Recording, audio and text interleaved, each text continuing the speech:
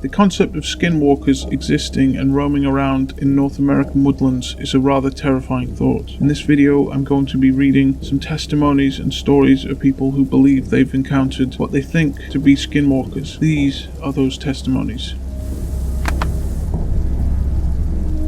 As I said, I never in a million years believed I would be here writing this. I work nights. I came home and walked to my front door. I realised I forgot my phone in my car, and I turned back, got to my car, got to my phone, opened the phone and walked back to the house with my head down looking through the phone. I happened to glance up because I sensed movement in front of me, and in my yard stood, slightly crouched, this creature. If stood erect, it would be 6'4" or 6'5", but it slouched a bit. It froze when I saw it as if I'd caught it mid-stride, like it wasn't expecting anyone to be around or to see it at 3:30 a.m. It appeared surprised I was around outside to encounter it. I froze, it froze, I put my phone to my side. We stared at each other for what felt like 20 seconds, but was probably closer to 4 or 5. My heart was racing. It then long strode itself to the tree line and disappeared. And by long strode, I mean it didn't scurry, it didn't sprint. It swung its long gangly arms forward and backwards in a wide swing and took long stretched out strides.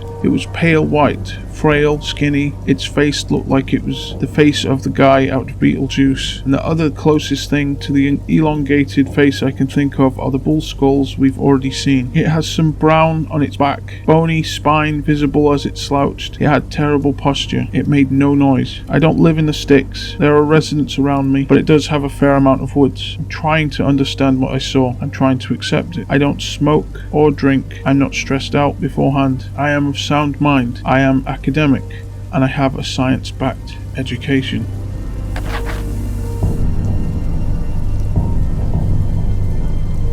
So I'm finally willing to share my experience. It's been years since I've had a visit. So this story is going to be long. I doubt it will be as interesting and intense as it seems to me, but until this day, I get chills and my eyes water thinking about this compilation of stories. So my tale begins as a child, and I am now a 35-year-old man. So this happened to me well over 10 years ago. I was in 7th grade, 13 or so, and my buddy was having a birthday party. He lives close to 20 miles outside of town, and his property butted up to a river to the west. The road was to the east, about 1,000 yards from the river. The house was maybe 100 yards from the river, tucked back into a wooded area. So 10 of us or so are skateboarding and just doing whatever kids do, playing in the river, etc. My add, this is in the middle of September, and I'm located in the northwest of the United States. So once it became dark, the kids were still running around, and the family had got a motorhome.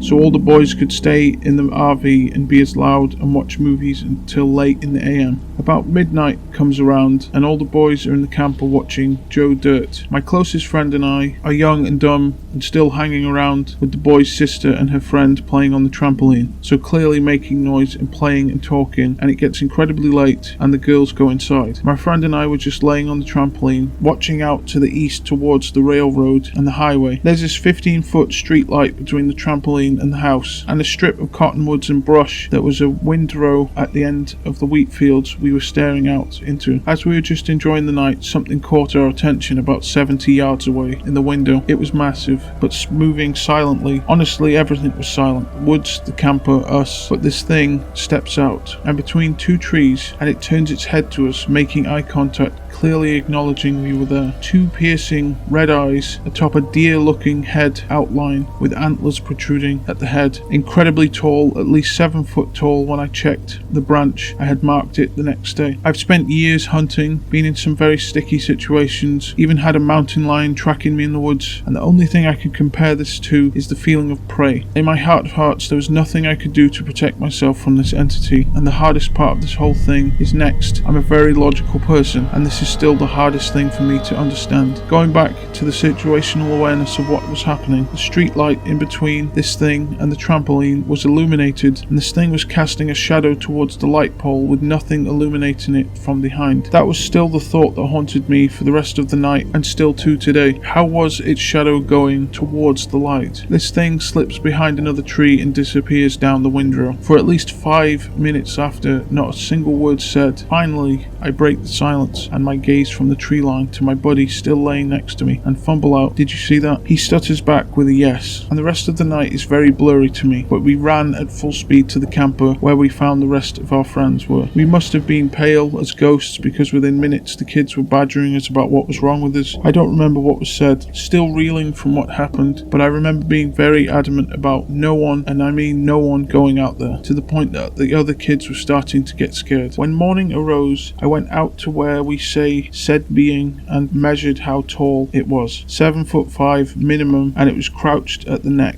And even then, I was still too scared to go to that spot alone. But this isn't where the story ends, and far from it. Some years pass, and my buddy and I, who went through this experience together, are the best of friends and are partying and drinking one night. And this experience comes up. We begin spilling our guts to each other like close friends do, and I explain to him that in the past few weeks, I've been plagued by nightmares of said experience. The worst way he could respond was honestly by telling me that he was having very similar experiences. So in a drunken stupor, we make a pact to call each other the next time we are awoken by this nightmare. Fast forward 2 weeks, and I wake up, panicked and feeling chased by this entity. I immediately remember the plan, and knowing my friend is the only person I can talk to about this, I call him, and it goes straight to voicemail. Hang up. My phone rings instantly with my friend calling me. He's just had the exact same dream at the exact same time, and this is where the story gets creepier. And it's the reason why I haven't written this story out ever before in my life. I've always had odd things happening to me, supernatural per se, but now I'm 27, and at the time was dating a girl in the same town that this all happened in. And wouldn't you know it, it's fall just like when everything else happened. Well, we had shared scary stories, and I told her the story I just told all of you, and this is when I found out what I had seen was either a Wendigo or a Skinwalker. Her and I began to go down the rabbit hole listening to stories about Skinwalkers and such. She was always stunned when these stories would play and have similarities to my story. She would witness a physical reaction from me, whether it be a shiver or a very noticeable goosebumps, which she would say is the most believable part as evidence because it's almost impossible to fake. So while learning about Skinwalkers together, we found lore that says once one has seen you, it doesn't stop looking for you, which made my skin crawl at the time. But also when you speak of them, they are alerted to your presence, and we had been talking about this a lot. Well, I had to leave for work one night and was gone the whole night. Our room was in a basement that faced the backyard, which had a broken fence that led into a large park. Well, while I was gone, she had our window open late at night, and she was laying in bed, and she heard one of her cats meowing very loudly towards the broken fence, which is not too weird, but rather than coming to the window, the meowing continues. Well, finally, she is frustrated by it enough to turn on the nightlight and to say something to the cat, but she goes towards the window, and she realizes that the cat she hears is laying at the foot of her bed asleep. She slams the window shut and thankfully didn't call the cat inside. She's sure it was the thing trying to gain entrance into our home by shape-shifting. This story still haunts me to this day, and I fear by putting it into words that I will open myself up to this thing and become noticed again. Let me know what you think this creature is and what I should do, because it seems to come back every couple of years to find me, and it's been a couple of years now.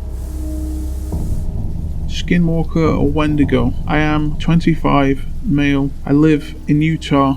I'm curious if any of you have seen anything like this before. I'm pretty sure I saw a Wendigo or a Skinwalker. I know it sounds strange or crazy. I don't believe in those things, and I'm regularly skeptical when it comes to the paranormal. This happened to me when I was 17 and in high school and living with my parents. My house at the time was in a very small town. The backyard faced to open fields and mountains for miles before you reached another civilization at all. My best friend lived next door and shared this field as our backyard in a way. I have to explain that where his house sat was built on a different street that ended in the field with a small cul-de-sac. I think there was supposed to be more houses built down the street to expand the town, but they clearly never got round to building it. So his driveway was basically in this cul-de-sac, even though no other houses were being built there. This matters later in the story. I used to stay the night at my friend's house a lot in high school because I didn't have the best relationship with my parents, and every once in a while we would wake up to hear dragging and weird gargling sounds from the back porch. His room was a basement room with the window well to the back porch. It would happen maybe a couple of times a month, but wherever we would gather the courage to check, nothing would be back there. and this happened for years. One night haunts my friend and I to this day. My friend was getting ready to move, and we would stay up all night playing video games and watching movies. We decided to go on a music drive just to vibe, so we hopped in his truck and with high beams and swung out of the driveway, turning towards the field to use the roundabout. The light illuminated this thing. It looked like a person, but it wasn't. It was naked on all fours, abnormally large, particularly its limbs seemed to fold under itself in an unnatural way. Its pale skin clung to it like it had to be stretched onto it, but the part that still sends shivers down my spine is its face. Its jaw hung open to this gaping black maw, like a snake unhinging its jaw to eat. Its black eyes glistened in the light as it looked at us, but just as it turned to see us, it quickly scurried backwards, almost like it was on rewind, into the brush of the field. My friend and I were pale as ghosts. We looked at each other like, did you see that too? We were shaken. Let's just say we tried to have a good rest of the night, but we couldn't believe what we saw. We ended up just sitting there in his basement with guns ready and waiting to hear the gargling and dragging sound again, but we never did. And I'm sorry it's not very climactic, but it's the truth. I now don't live in that town anymore. There are times when I visit there, though. That empty field still feels like it's watching and waiting. Even though I can't see it, I can still feel it like it's out there.